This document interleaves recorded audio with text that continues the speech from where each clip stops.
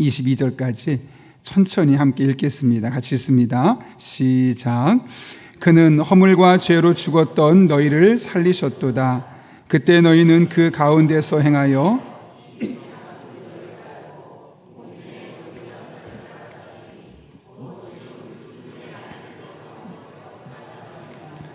전에는 우리도 다 그 가운데서 우리 육체의 욕심을 따라 지내며 육체와 마음에 원하는 것을 하여 다른 이들과 같이 본질상 진노의 자녀이었더니 긍휼이 풍성하신 하나님이 우리를 사랑하신 그 큰 사랑을 인하여 허물로 죽은 우리를 그리스도와 함께 살리셨고 너희는 은혜로 구원을 받은 것이라. 또 함께 일으키사 그리스도 예수 안에서 함께 하늘에 앉히시니 이는 그리스도 예수 안에서 우리에게 자비하심으로써 그 은혜의 지극히 풍성함 나타내려 하심이라. 너희는 그 은혜에 의하여 믿음으로 말미암아 구원을 받았으니 이것은 너희에게서 난 것이 아니요 하나님의 선물이라. 행위에서 난 것이 아니니 이는 누구든지 자랑하지 못하게 함이라. 우리는 그가 만드신 바라 그리스도 예수 안에서 선한 일을 위하여 지으심을 받은 자니 이 일은 하나님이 전에 예비하사 우리로 그 가운데서 행하게 하려 하심이라. 그러므로 생각하라. 너희는 그때 육체로는 이방인이요 손으로 육체 행한 할례를 받은 무리라. 칭하는 자들로부터 할례를 받지 않은 무리라. 칭함을 받은 자들이라. 그때 너희는 그리스도 밖에 있었고 이스라엘 나라 밖에 사람이라. 약속의 언약들에 대해서는 외인이요 세상에서 소망이 없고 하나님도 없는 자이더니 이제는 전에 멀리 있던 너희가 그리스도 예수 안에서 그는 우리의 화평이신지라. 둘로 하나를 만드사 원수된 것 곧 중간에 막힌 담을 자기 육체로 하시고 법조문으로 된 계명의 율법을 폐하셨으니 이는 이 둘로 자기 안에서 한 세 사람을 지어 화평하게 하시고 또 십자가로 이 둘을 한 몸으로 하나님과 화목하게 하려 하심이라.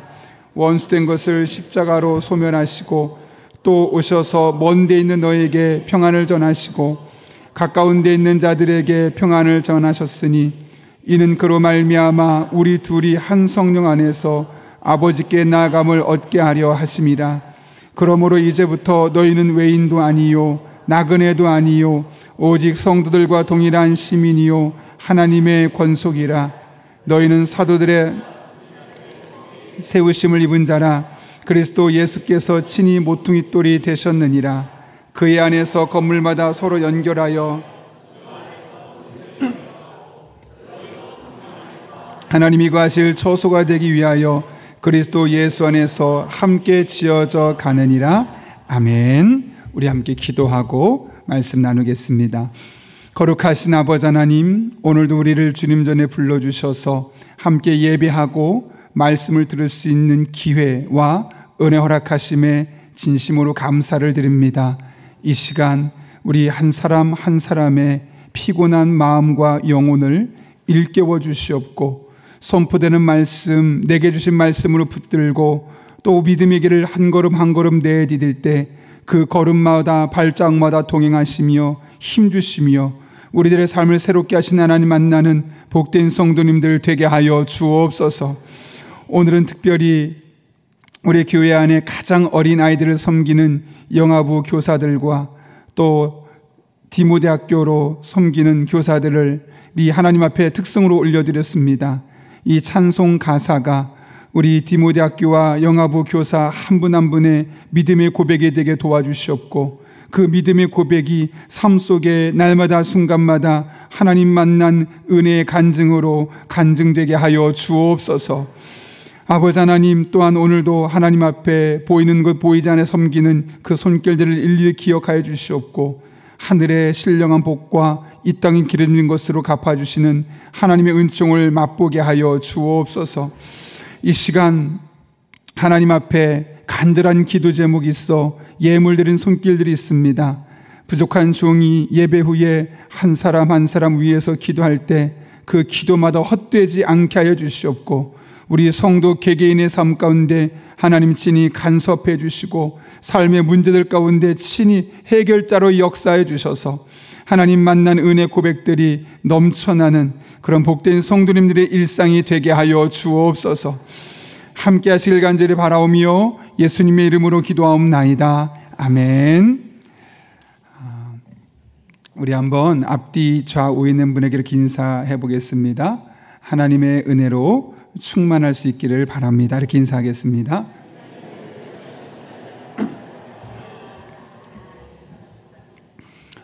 제가 신학대학원을 졸업하고 나서 한때 조직신학을 공부하려고 했었던 적이 있습니다. 왜 그러냐면 화란, 그러니까 오늘날로 말하면 네덜란드죠. 네덜란드의 신학자 중에 안토니 후크마라는 사람이 있습니다. 그 사람이 쓴 조직신학 책 중에 인간론이라는 책이 있는데 제가 그 책을 보고 너무 매료가 된 겁니다.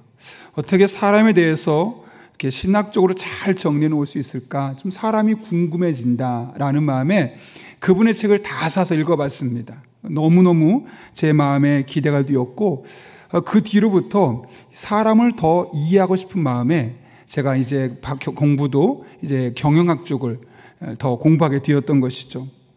그리고 나서 저희가 사람을 보는 방식이 많이 달라졌습니다. 그전에는 매우 좀 엄격하게 보면서 조금만 못 미쳐도 사람에 대해서 평가를 부정적으로 했었는데 그 뒤로는 사람을 바라보는 관점이 달라지니까 좀 더 여유롭게 되고 너그럽게 되고 누구든 좀 더 품을 수 있는 그런 넉넉한 그 인간론을 소유할 수 있게 되었던 것이죠.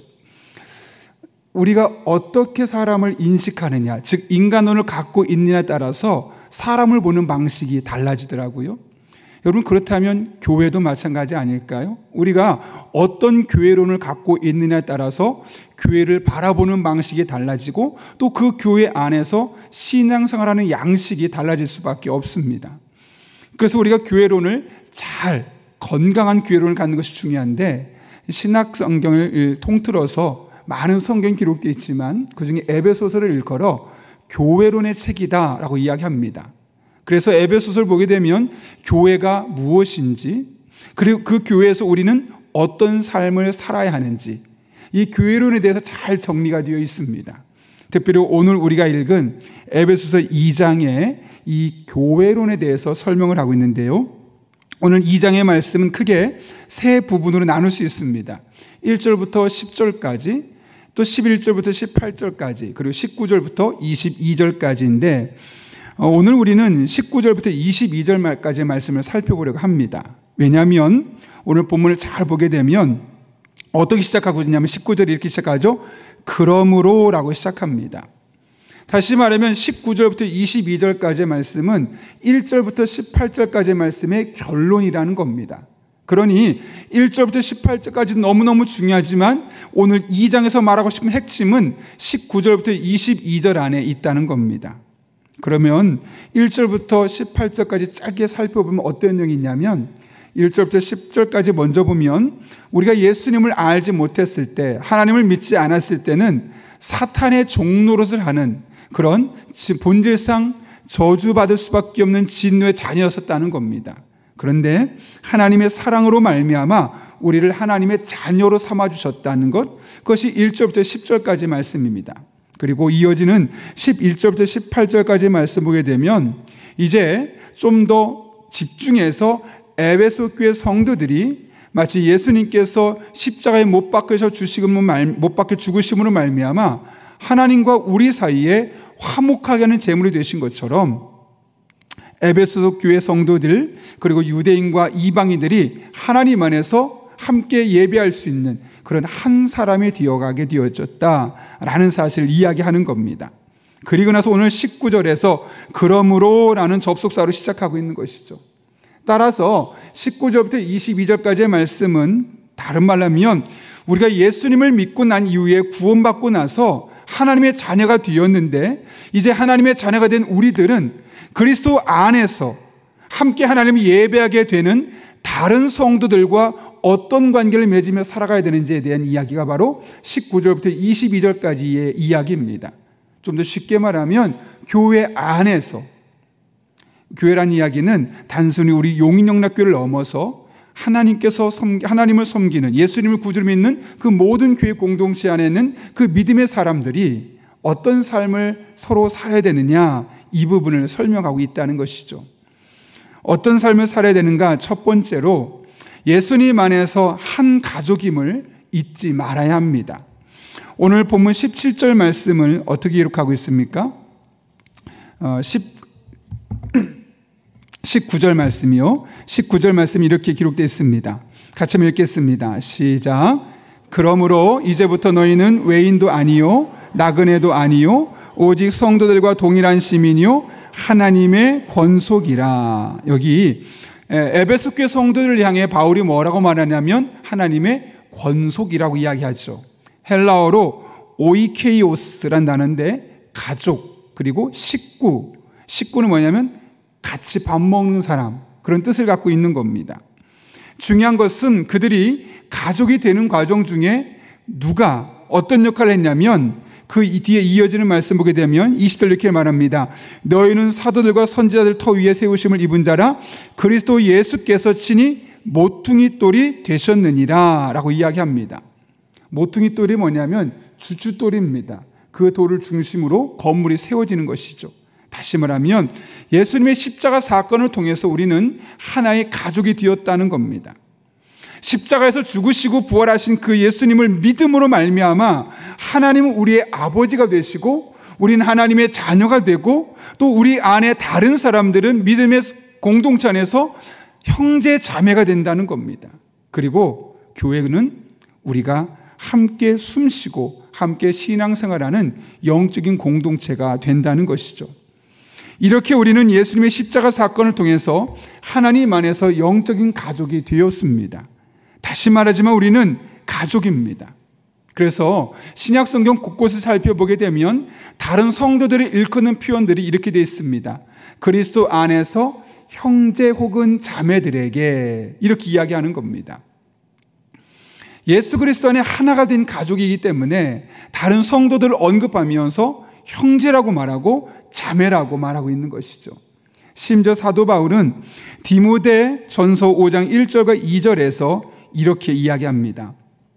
늙은이를 꾸짖지 말고 권하되 아버지에게 하듯하며 젊은이에게는 형제에게 하듯하고 늙은 여자에게는 어머니에게 하듯하며 젊은 여자에게는 온전히 깨끗함으로 자매에게 하듯 하라.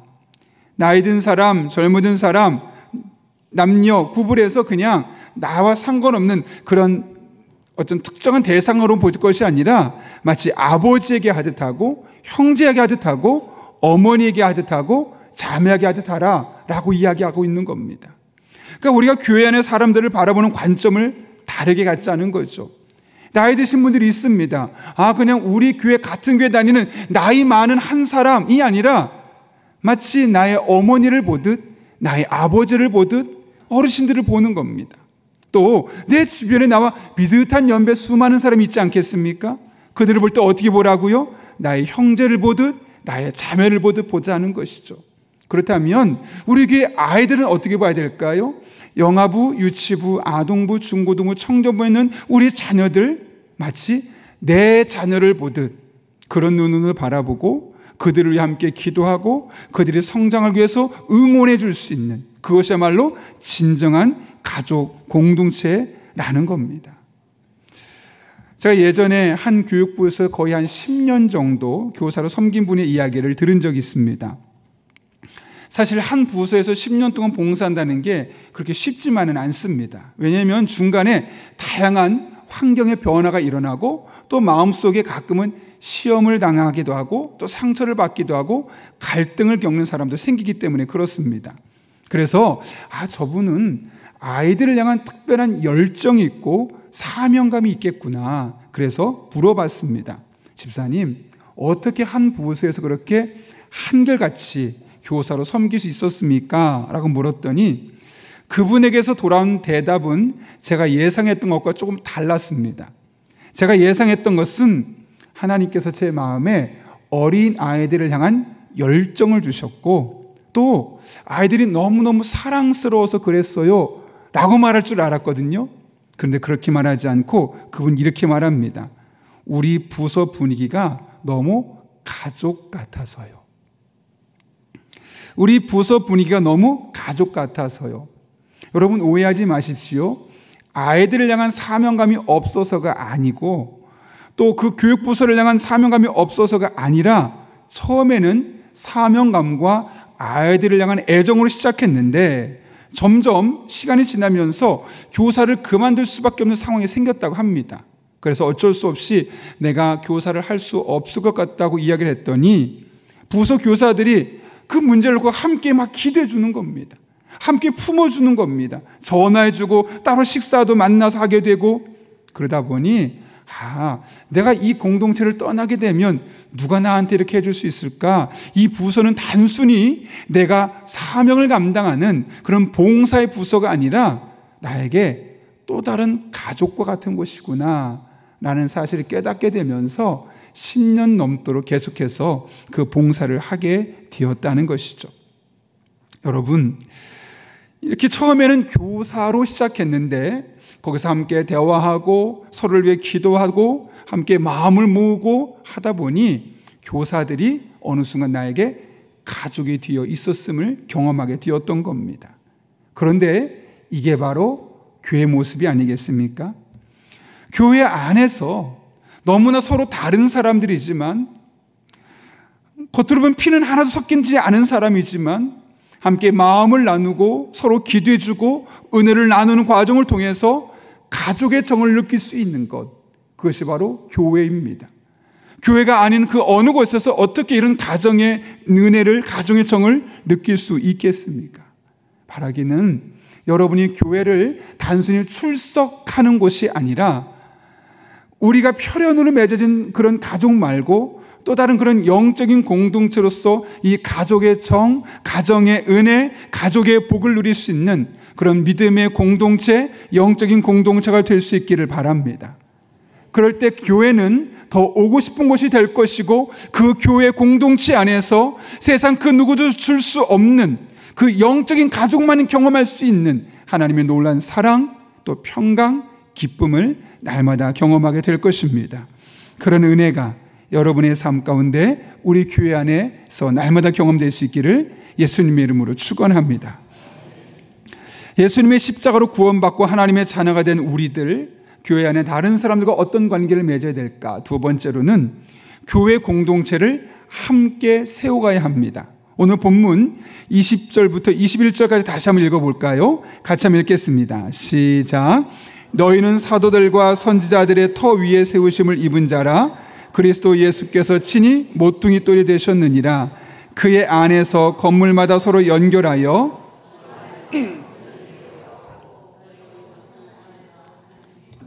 저소가 되기 위하여 그리스도 예수 안에서 함께 지어져 가느니라. 아멘. 여기 보게 되면 아주 중요한 표현이 있습니다. 바로 뭐냐면 함께 지어져 가느니라. 여기 뭐냐면 함께 지어져 간다고 이야기합니다. 이게 무슨 말이냐면 아직 과정 중에 있다는 겁니다. 그러니까 다른 말로 하면 완벽한 교회 있습니까? 없습니다. 완벽한 성도 있습니까? 없습니다. 완벽한 소그룹이 있습니까? 없습니다. 완벽한 봉사부서 있습니까? 없습니다. 왜냐하면 함께 지금 지어져 가고 있는 과정 중에 있기 때문에 완벽한 것은 교회 안에 어느 곳도 없습니다. 종종 소그룹 안에 들어갔다가 더 이상 그 소그룹을 참석하지 않겠다는 분들이 있습니다. 이유를 들어보면 다양한 이유들을 이야기합니다. 리더 때문에, 또 나와 다른 너무나 다른 이 스타일의 멤버 때문에, 그 이외에도 예배 모임이 아니라서 등등 다양한 이유로 그 공동체에서 벗어나고자 하는 사람들이 있습니다. 물론 그 마음도 어느 정도 이해가 되지만 그럴 때 우리가 한 가지 잊지 말아야 할 것은 이 세상에 완벽한 사람, 완벽한 영적인 공동체는 존재하지 않는다는 겁니다. 불완전한 사람들이 불완전한 공동체에 모여서 조금씩 완전한 사람으로 변해가는 것이 바로 교회 아니겠습니까? 완벽한 사람들이 모여서 날마다 완벽한 일을 추구하는 것이 교회가 아니라 너무나 부족하고 연약하고 불완전한 사람들이 그 불완전한 모임을 날마다 모여가면서 조금씩 하나님 안에서 나아져가는 것이 바로 교회 공동체입니다. 다시 말하면 날마다 함께 지어져 가는 것, 그것이 바로 진정한 교회 공동체 모습이라고 할 수 있는 겁니다. 하나님께서 불완전한 교회 공동체에 우리를 보내셨습니다. 왜 그러셨을까요?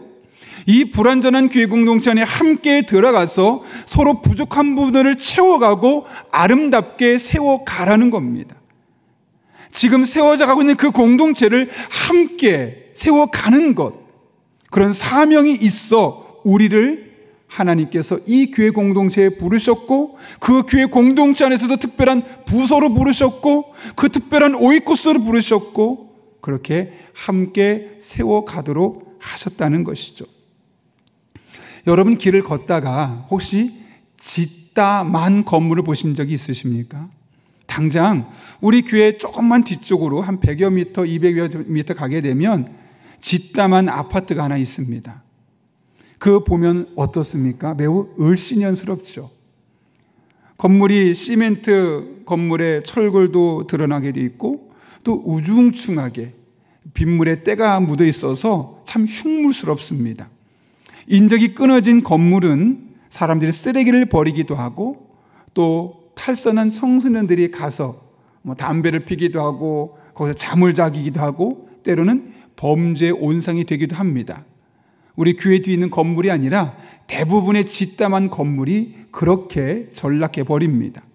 처음에는 멋진 건물을 예상하고 지어갔었겠죠. 그런데 어떤 이유로 인해서 그 건물 짓던 것을 멈춰버렸더니 어떤 일이 일어나냐면, 원래 의도했던 그 멋진 건물의 모습이 아니라 짓담한 건물이 되고, 흉물스러운 건물이 되고, 사람들이 찾지 않는 것이 되고, 오히려 범죄의 온상이 될 수밖에 없다는 것이죠. 여러분, 그런데 교회는 그렇게 계속 건축 중인 건물과 같습니다. 아직 불완전합니다. 그래서 함께 성도들이 마음을 모으고 주신 은사를 따라서 봉사하며 함께 세워가야 하는 겁니다. 그런데 그렇게 함께 세워가는 중에 이런 이유로 저런 이유로 우리가 그것을 함께 세워가지 않으면 교회는 흉물스러운 짓담한 건물처럼 될 수밖에 없습니다. 그렇게 되면 사람들은 더 이상 교회를 찾지 않을 겁니다. 손가락질하며 교회를 비판하게 될 것입니다. 교회 건물은 있고 사람들은 모일지언정 교회의 다움을 드러낼 수 없게 될 것입니다. 그러므로 우리는 사명감을 가지고 함께 교회를 세워가는 일에 동참해야만 하는 것이죠. 물론 그 과정은 결코 쉽지만은 않습니다. 희생이 있어야 하고, 포기가 있어야 하고, 때로는 더 많은 헌신이 요구되기도 합니다. 그러나 그럴 때 함께 그 건물을 짓듯이 함께 교회를 짓는다는 마음으로 우리가 동참하게 될 때, 희생하고 포기하며 헌신하게 될 때, 교회는 교회답게 아름답게 함께 지어져 가게 될 것입니다. 제가 마지막으로 한 설교문을 짧게 언급하고 오늘 마치려고 하는데요.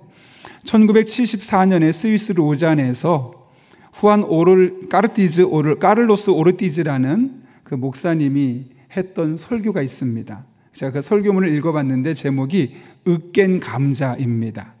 으깬 감자. 어떤 이야기를 하고 싶냐면, 그분이 이 설교 핵심은 하나님께서 우리를 교회 공동체로 부르셔서 하나 되게 하시고, 그렇게 하나 되는 과정을 통해서 교회를 함께 세워간다는 것을 말씀하기 위해서 예를 드는 겁니다.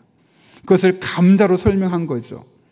여러분, 땅에서 감자를 캐보면 하나의 줄기에 5개가 주렁주렁 매달려 있습니다. 서로 다른 줄기에서 감자를 모아서 그릇에 담아놓습니다. 한 자루에 담아놓습니다. 그러면 서로 다른 줄기에서 모여서 한 자루에 모여졌으니까 그 감자는 하나가 된 걸까요? 아니라는 거죠. 그럼 어떻게 하냐면 다시 그 감자를 깨끗이 씻어서 칼로 자릅니다. 그리고 어떤 그릇에 서로 막 섞어 놓습니다. 그러니까 원래 감자가 쪼개져서 다른 감자와 섞여져 있고 면을 맞대고 있는 거죠. 그럼 그 감자는 하나가 된 거냐? 아니라는 겁니다. 아직 완벽하게 하나가 된 것이 아니죠. 그러면서 뭐라고 말하냐면, 하나님이 정말 원하시는 감자는 으깬 감자라는 겁니다. 그것을 으깨서 내가 다른 감자와 완전히 섞여서 이 감자인지 저 감자인지 알 수 없을 만큼으로 완벽하게 일체가 될 때, 그때 완전히 으깬 감자가 될 때 감자가 하나가 될 수 있다는 것이고, 교회 공동체로 그렇다는 거죠. 나를 으깨고 으깨서 서로 다른 사람과 막 섞이면 너무 다름에도 불구하고 완벽하게 하나가 되는 것이고, 그런 과정을 통해서 교회 공동체는 조금씩 함께 지어져 가게 되어 있다는 겁니다. 이 설교문을 읽고 나서 꽤 깊이 공감이 되었습니다. 여러분, 한 공간에 있다고 해서 하나가 되는 것은 아닙니다. 잘라지고 으깨지면서 다른 일과 함께 온전히 섞이게 될 때 우리는 진정한 교회로서 함께 지어져 가는 것이죠. 얼굴 보고 인사하고 때때로 악수하고 안부를 묻는다고 하나가 되는 것이 아닙니다. 나를 낮추고 죽이며 다른 이들 속에 온전히 섞이고자 할 때 우리는 교회 공동체 안에서 온전히 하나가 될 수 있는 겁니다.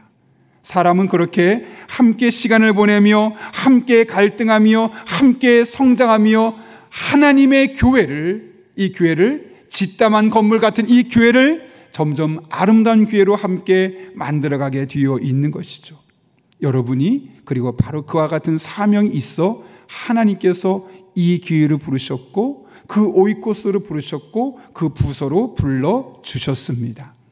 그 안에서 함께 으깬 감자와 같이 세워져 가는 놀라운 은혜를 날마다 경험하는 저와 여러분 될 수 있기를. 그래서 우리 교회가 건물만 멀쩡하고 사람만 많이 모이는 교회가 아니라 정말 하나님께서 기뻐하는 그런 날마다 하나님 원하시는 모습으로 함께 지어져가는 그런 믿음의 공동체가 될 수 있기를 예수님의 이름으로 축원합니다. 우리 함께 이 시간 찬양하고 기도하도록 하겠습니다. 제가 함께 짧게 기도하겠습니다. 거룩하신 아버지 하나님, 오늘도 하나님의 말씀을 통하여 우리가 교회 공동체 안에서 어떤 모습으로 살아야 할지를 깨닫게 됩니다. 오늘 이 시간 친히 함께하여 주셔서 우리 한 사람 한 사람이 하나님 안에서 가족임을 잊지 않게 해주시고 또 함께 지어져가는 믿음의 공동체를 세워갈 때 우리의 신앙도 단단해지고 그 안에서 하나님의 풍성한 은혜를 날마다 경험하게 하여 주옵소서. 예수님의 이름으로 기도하옵나이다. 아멘. 우리 시간 우리에게 소원이 하나 있네 함께 찬양하고 또 기도하도록 하겠습니다.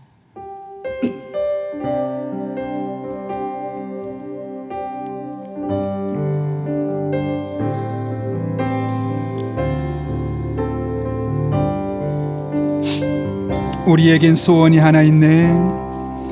우리에겐 소원이 하나 있네. 주님 다시 오실 그날까지, 주님 다시 오실 그날까지 우리 가슴에 새긴 주의 십자가